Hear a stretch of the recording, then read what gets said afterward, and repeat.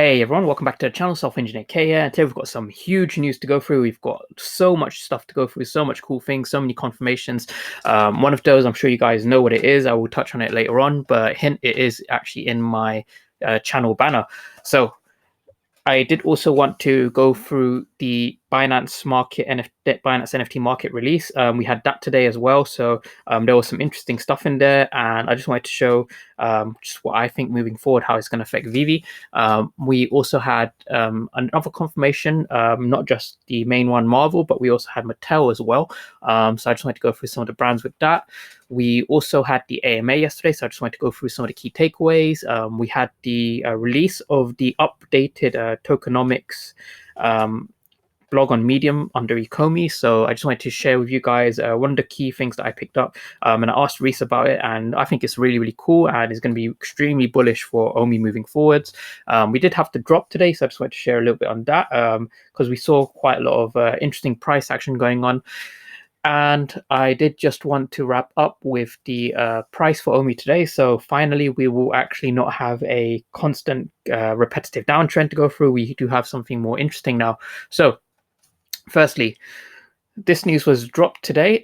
So Kiwi NFT company announces deal with Marvel as sales pass 40 million. So I'm just going to say this for those who are the true OMI homies, the ones who are, who have been following my videos, who have been following other people's videos, following what the team's doing. This should come as no surprise. I was speculating at this multiple times, from the AMAs, from, looking at the kind of app files. If you go back to my channel, you guys can see this stuff. But I think it's pretty cool that we now have the confirmation, and the fact that, we saw so much, positive price action today shows that even though there are so many of us that are saying this stuff, a lot of people are just ignoring it. They act when the news finally comes out officially. And at that point, the price, could be already gone wherever it needs to go. So it's interesting. But again, if you're just, doing your due diligence, following what's going on, like you come out a winner. So let's just have a look and see what this is about. So our non-fungible tokens are digital representations of your favorite superhero or artist like Batman or Superman. And the value on these items comes down to how much people love them and want them.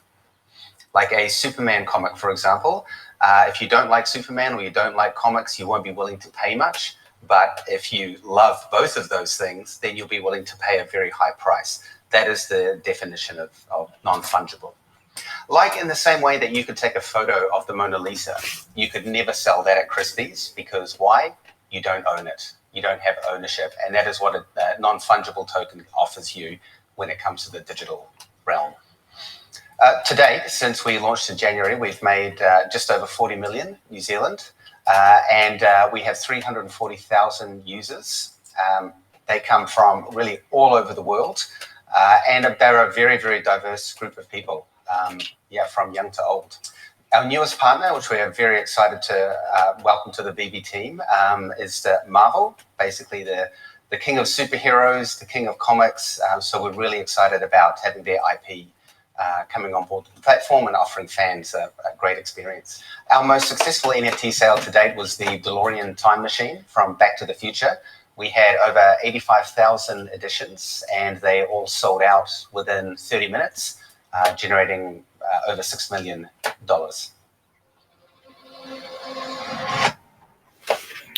Okay, so you guys heard it right there from Dan. He spoke about, the Marvel partnership.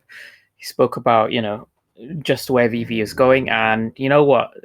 I believe that they are going to come out with a proper kind of, statement from Marvel side. But if we just have a look here, something that really, really caught my attention.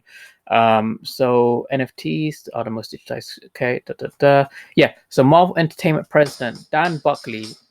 Oh, what's this?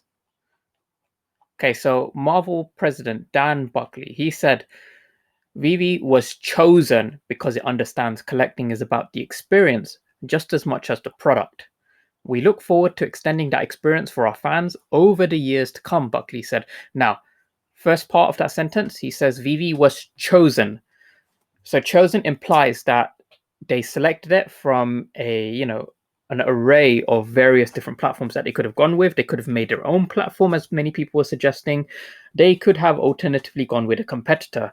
But ultimately, the president of Marvel saw the value in VeVe over everyone else.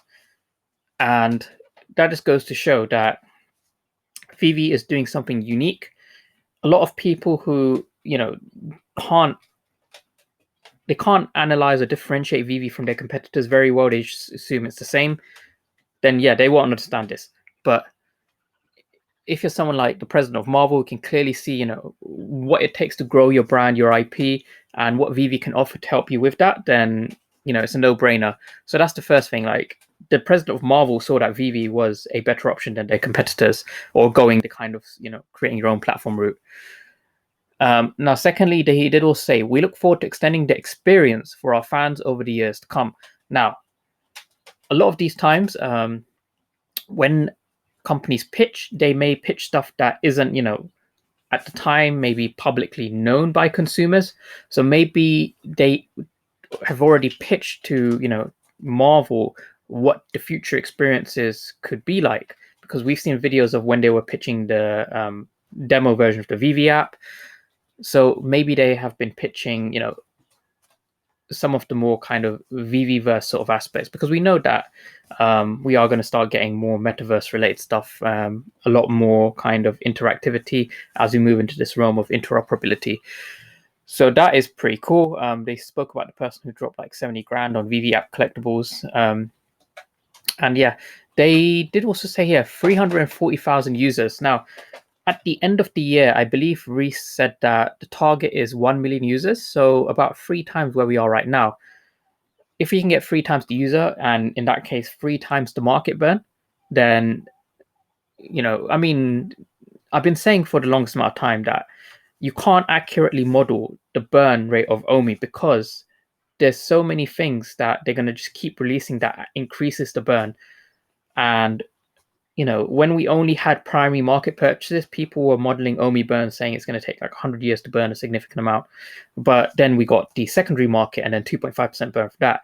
And now we've found out about some more additional burn, or a way to decrease the circulating supply even faster, which I will touch on later on. But, there is just so much cool stuff going on. Now, on top of that, we did also have, in the article, we were told that Mattel is also coming to VeVe. And now Mattel, they've got some crazy brands. They've got Barbie, Hot Wheels, Fisher Price is quite a big one. If you just continue going down, we have, let's have a look here. Okay, some of these, DC Comics, Toy Story, Disney Cards. Now, when I was covering Cryptozoic, I was talking about co-brands, co-licenses, like DC, which was shared with Cryptozoic, as well as shared with VeVe. And so the Cryptozoic version of DC Bombshells, we actually saw that in the VeVe app demo. So, Jurassic World as well. So I believe, Mattel's versions are versions or variants that we could see in VeVe. Minecraft, interesting. Let's see what else we have. Polly Pocket. This is actually a very, very popular one for those who don't know about Polly Pocket. And there was quite a big one as towards the bottom. Let's see. Taps. There we go. Thomas. We've got Thomas the Meme Engine in here. I mean, for those of you who don't know Thomas the Tank Engine, like, I grew up as a kid with Thomas the Tank Engine, and somehow along the timeline, it became a huge meme character like Shrek, which VeVe also has DreamWorks, which implies they probably could also have Shrek. But the Thomas the Tank Engine is a pretty cool one to have. WWE as well, that's pretty awesome. So Mattel, a lot of brands, VeVe can dip to some of these, I imagine. I know that they have to negotiate each one individually, but they've got an all-star team. If they've got Marvel, I'm pretty sure they can get Hot Wheels or Barbie or Thomas the Tank Engine. So yeah, that is pretty cool. And that just goes to show that now that we've seen Marvel, we've seen the effect it had on the price, that just really kind of solidifies where VeVe is going. Now, part of the reason why I'm also extremely bullish on, what's going to be coming with future IPs, future licenses, why I believe, in the NFT space, VeVe will survive is, so this is an interesting story.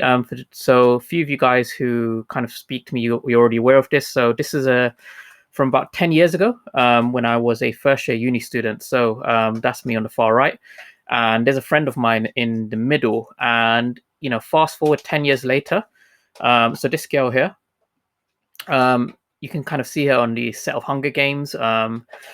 And you probably, if you have a Google, you could probably find her with Marvel, Jurassic World, Blizzard, some other big companies. So she is the current, she is a license holder of Marvel as well. She also holds licenses for Jurassic World. And this is her, she's the owner of this here, Avenger Station. So for those of you who maybe live in Las Vegas, or they've got one set up in Las Vegas, but they kind of tour around the world as well. So they have interactive experiences. Now, I kind of knew at the time what was happening. So she nearly went bankrupt, nearly got sued by her investors. But what saved the company that she had, and what caused it to become now a multi-million-dollar company was IP. So they managed to acquire Marvel licensing, and then that pretty much, with the timing with the Marvel films, that literally saved the company. They were going bust, and they ended up, turning over multiple millions, hundreds of millions, and then they managed to use that money to acquire more licenses. So they got Jurassic World. So they made a Jurassic World exhibition, Hunger Games. Then they came, she visited London again, was acquiring some Blizzard licensing as well. And it kind of just grew. And even through COVID, where exhibitions and things have been shut down, they're in a position where they can survive perfectly fine. So I'm quite jealous. She has actually met some of the Marvel actors as well. But yeah, it's pretty cool when, people you meet like 10 years ago, they just randomly become multi-millionaire business owners. But yeah, that's why I am also, I don't want to miss out on where VeVe's going, because right now it is extremely, extremely undervalued. They haven't released anywhere near the amount of IP that they can. And when they can, I see VeVe blowing up similarly to, what happened to my friend's company, for example. Now, we did also have the AMA yesterday. Now, I just want to share with a couple of key takeaways. So firstly, in terms of licensing and exclusivity, Reese did mention that we know that Binance, Tokidoki is going to Binance, but it is not, so the brand itself is not exclusive, but what they can do is exclusive. So we know that VeVe has a 3D AR Ritmo. That exclusivity lays with VeVe. Binance is not allowed to then go create a 3D AR Ritmo. That belongs to, something along in the agreements would have meant that VeVe has that.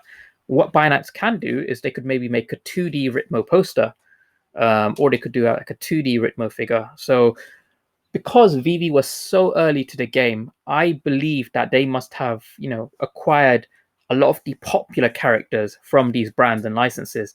And specifically, they must have acquired the rights to creating 3D AR digital collectibles of these popular characters from each of these brands.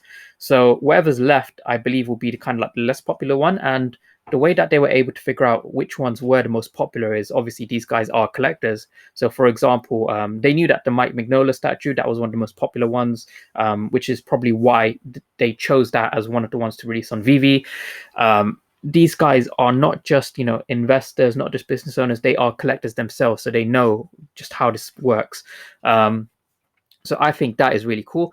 We did also discuss some compensation with regards to those who were affected by the stolen goods thing, and then having their NFTs recorded. And I just wanted to make this super clear that, like I said, VeVe went above and beyond in what they needed to do.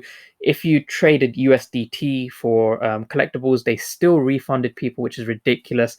I mean, it's like, imagine if you had your USDT scammed. You can't go and get more USDT from whoever the founders are. It's just not going to happen. Or if you have Ethereum and you get scammed for your Ethereum, you can't go to Vitalik Buterin and be like, hey, I got scammed, can I have some more Ethereum? Whereas VeVe, they've actually, if you got scammed and they took the NFT back and you paid USDT for it, they will actually still, go about refunding you. And people have shown that was the case. One of the more prolific members of the community who bought a Harley Quinn, he ended up getting something like over 6,000 gems sent to him to his account, to compensate for the 6,000 whatever USDT he had paid. So that is just crazy. Like, Ecomi, they've gone above and beyond. And there was also a really cool thing shared in terms of the tokenomics. So on VeVe's Medium blog, we do also have now some updates to the utility, specifically, how the OMI token is going to be affecting, is going to get affected by burn, it's going to get affected by the secondary market. So if we have a look here, they've spoken about something called phase 2. And right, so purchasing NFTs. So to understand the role of OMI within VeVe, you first need to be aware of the types of transactions. So there's store purchases and market purchases. Market would be, in this case, the secondary market. So as mentioned, when a user purchases gems with fiat, that transaction is actually facilitating the purchase and movement of OMI. Now, I've been going on about this for the longest time. People keep saying, why do we need OMI? And when you're buying gems, you are buying OMI. It is just literally a UI layer over OMI. That is literally all it is. So if we go to utility now, we know that phase 1 was kind of like market transactions, peer-to-peer, etc. And phase 2 now, phase 2 will allow users to purchase a percentage of collectibles in the VeVe store with their OMI tokens. What's that saying? You can buy NFTs not just directly from VeVe in this case, but you can also get them from users using OMI tokens. So you'll be able to do it both ways. Now, what this implies is not just there, but in phase 1 with the market transactions, peer-to-peer, if you're using OMI, that 2.5% burn remains. Reese confirmed that. Now, the question is, if you are buying OMI from an exchange, and then you go to the VeVe app and say, hey, I've just bought $90 worth of OMI. I want to buy a collectible that costs me $90 in the app. Because you have taken OMI from the exchange, from the circulating supply, and then use it on VeVe, the idea of the tokenomics is that OMI should go straight to the burn wallet. So you have reduced, the circulating supply by $90 worth of OMI by doing that. And at the same time, if you are transacting on the market, 2.5% of your transaction, if you do it in OMI, should go straight to the burn wallet as well. That is the question that I asked. Reese says he does need to double check, but he believes that is how it works because that is the point of OMI. Otherwise, there'd be no point to it. So more likely than not, when we get OMI to NFT and we start using it for primary market purchases in phase 2, as well as transacting on the secondary market, we can reduce the circulating supply by a lot. And this is a factor that a lot of these people who are modeling OMI burn, they have not taken into consideration, because as we get more users, secondary market burn is going to ramp up, and I believe it is going to overtake primary market burn. That is what I think is going to happen. And the target for the users at the end of the year is 1 million. So I believe we can expect a tripling in the secondary market burn. And this burn is going to come from the circulating supply if people are using OMI. So you know what?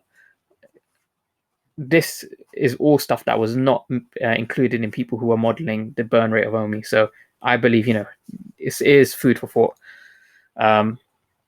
Now, another really cool thing is we know that whenever VeVe starts following people, something's up. So a while back, I said, hey, they started following Marvel, Stan Lee, I think Marvel's coming, and boom, we got Marvel. So what's happening now? Well, I mean, we saw Hasbro quite recently as well, which is pretty cool. But if we scroll down, they have been talking a lot about, and Trevor has mentioned this as well, is those who can get into the gaming NFT niche, they are going to do well. And we know that niche is really new. It's really infantile right now, but it is growing.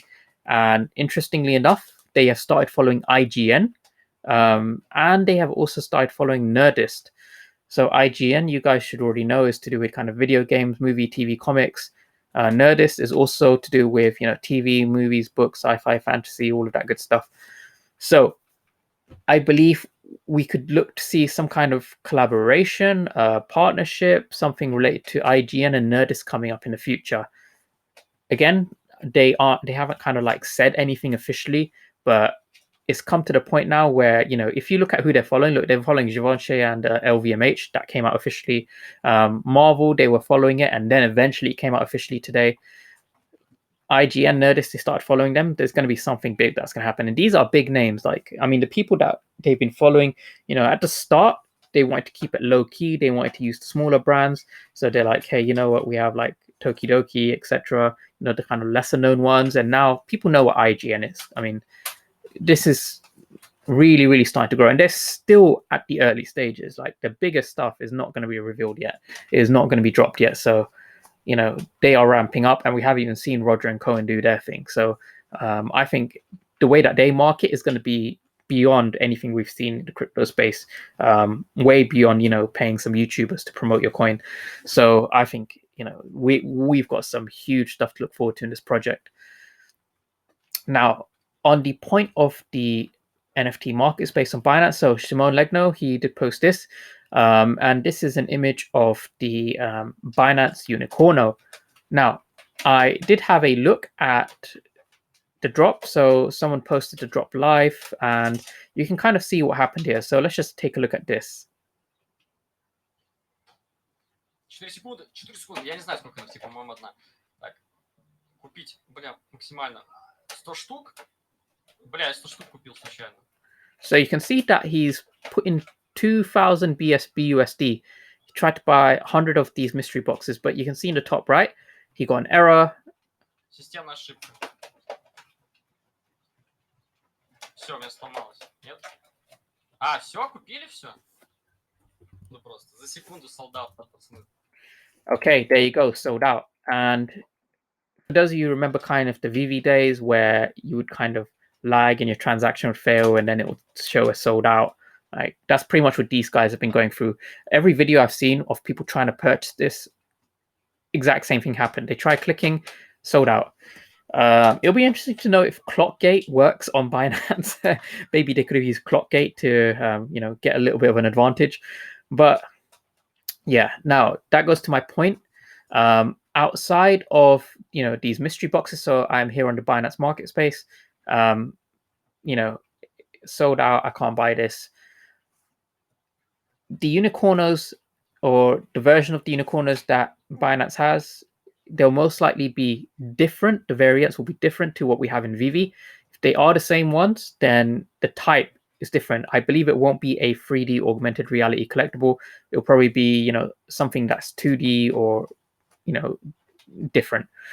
But on top of that, you know, the marketplace, I did have a look at it, and from a purely objective point of view, I do see some value in, oh, people are actually selling the mystery boxes. 92 BNB, 102 BUSD. Okay, so people are flipping these for like 5 times the value. That's interesting. More than 5 times the value. Wow. People are really flipping these Tokidokis. Oh, interesting. Okay, so this came from the mystery box. So let's have a look at this. Oh, so this is what the opening looks like. Okay, here you go. Okay, so it's not just a unicorno, it's an Athena, whatever this is. That's pretty cool. Let's have a look at the opening again.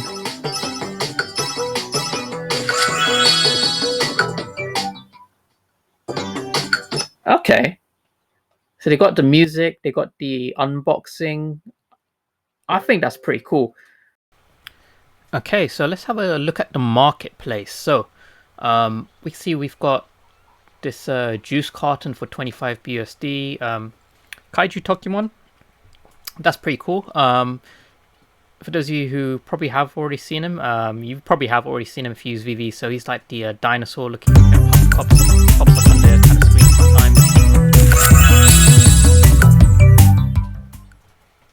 Okay, that's pretty cool. That's pretty cool. I think that, you know, their box openings are really, really nice. What's this? 55 BUSD, 50 BUSD. 1 BNB for the Mecha Corner U9. Ooh, this one looks pretty cool. Let's have a look at this.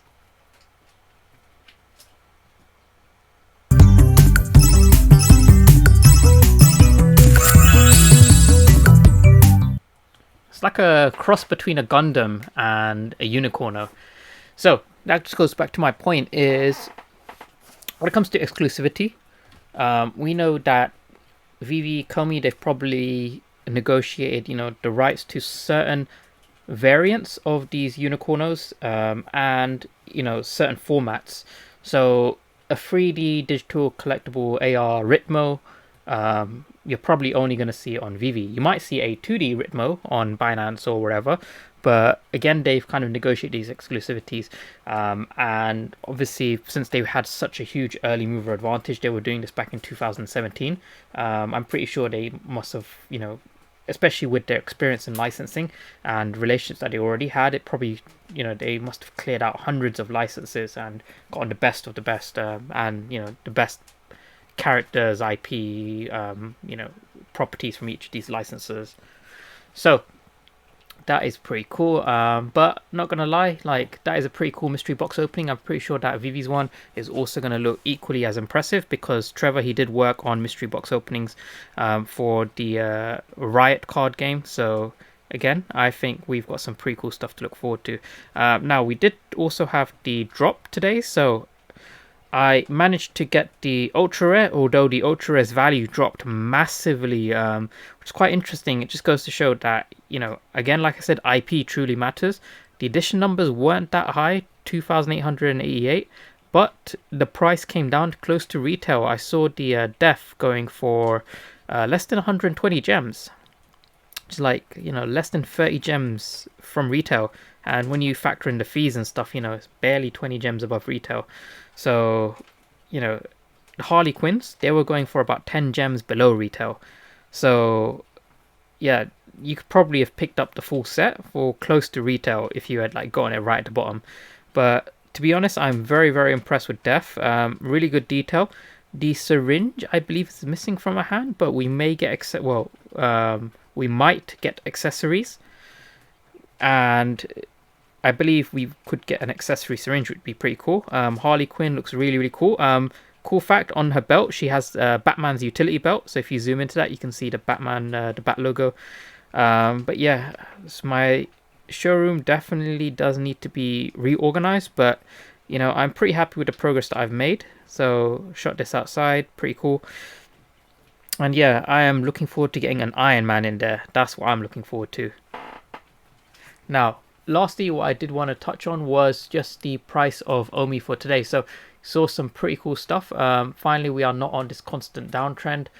So if you just go straight to the 4-hourly charts, I've just put up some fibs here.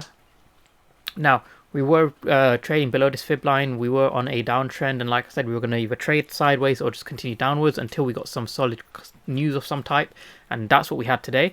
So if we were finally able to break this fib line, we were able to retest, break it, retest, and we could be set for a continuation to the kind of 0.4 cent range, but that is going to take some time.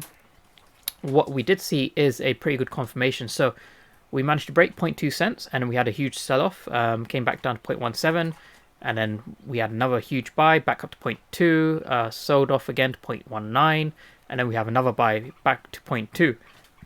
So we are sat around about 0.2 cents, right, nearly 0.21 cents right now, which is a fair valuation for OMI.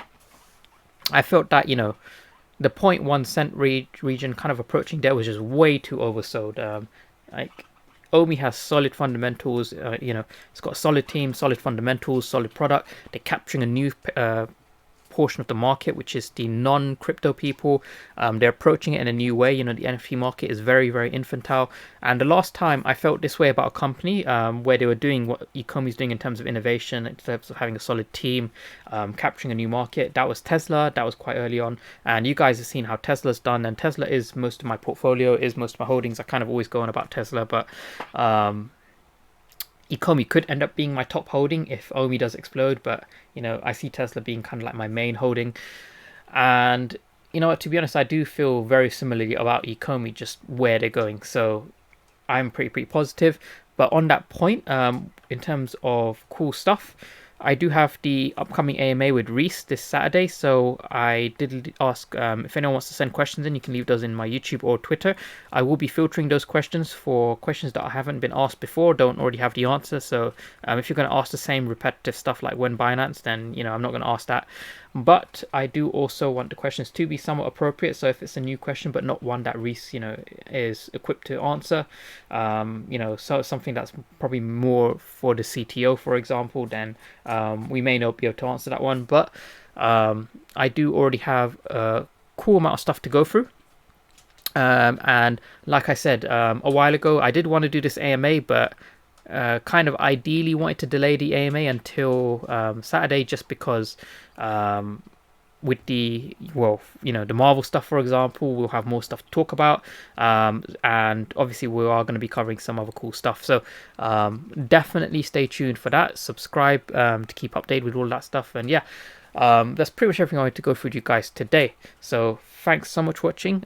As always, please do like and subscribe to support the content, and I'll see you guys in the next video. See ya.